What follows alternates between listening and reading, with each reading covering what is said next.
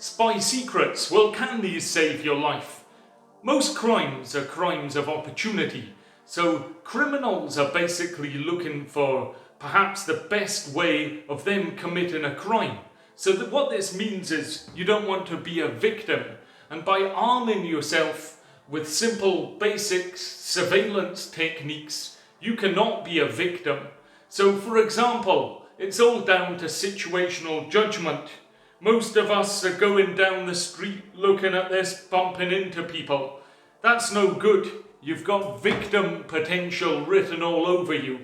Instead, think about the surroundings and try to grade that situation in terms of threat level and act accordingly. So keep your head up and stay aware and make a point of actually noticing the people that are around you.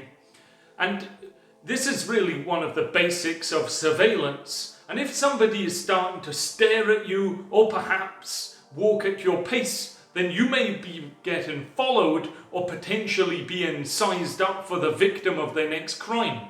So what do you do about it? Well, you have to take action. The author of this book mentioned when he was being followed, he then asked that person for the time, which then lost the opportunity of surprise. The person then went and didn't mug him. It's a bit like if you have your wallet in the back pocket. It's very easy to steal rather than keeping it in the front pocket.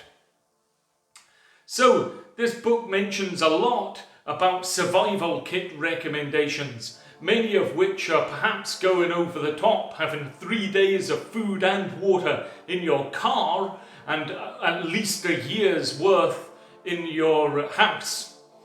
But that's fair enough if you want to be very paranoid.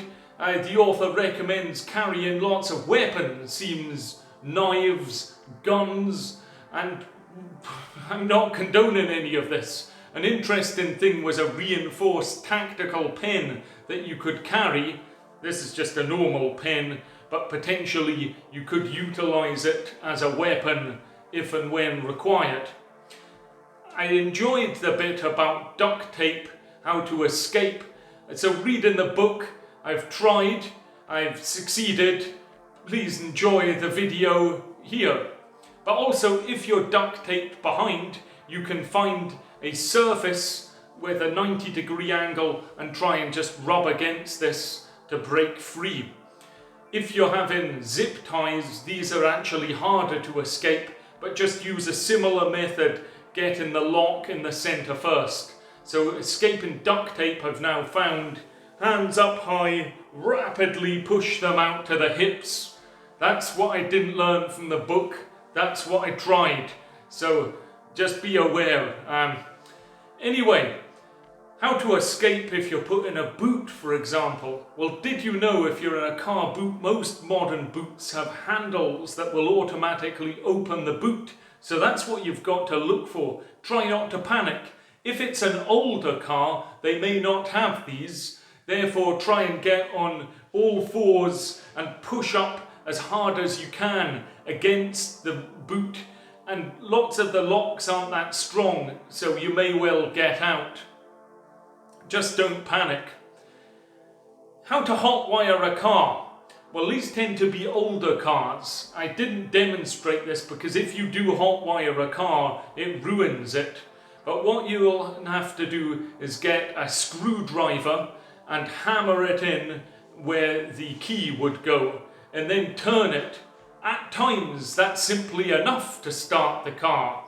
Otherwise, you have to take the compartment off below and using another screwdriver, in which you'll see several wires. You'll locate 2 red wires. These actually provide power to the vehicle.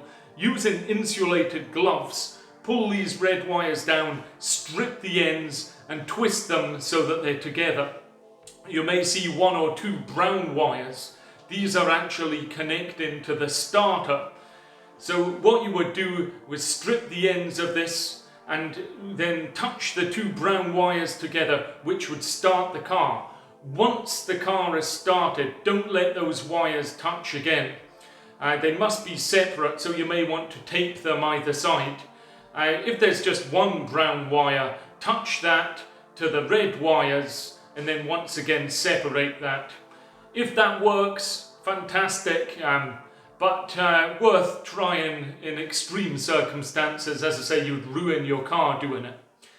Breaking car windows. Now if you need to break a car window, ideally, and you want to be undetected, you could get out your handy duct tape and put it in a cross across the window and then smash in the corner of the window. That way a lot of the glass won't shatter everywhere and the noise will be reduced. Of interest, not in the book, if you are ever in a circumstance where you do need to get out of a car, the headrest that goes behind you, you can take out usually, and there's those two long metal spikes. Hope you'll never have to use that, but that is designed so you can smash a window. You may want to also think about your home defense plan. Really, this includes 3 basic tactics: a flashlight and a weapon. Again, these are just what's in the book. I'm not recommending any of this. A family member who calls 911 or 999 if you're in the UK, and a defence position in which nobody can get past you. So that's a little bit of information from this book. A key message I'll just leave you with is that you shouldn't sabotage a situation because you refuse to be flexible. Hope you found that light-hearted and informative. Feel free to comment below, and I look forward to seeing you next time.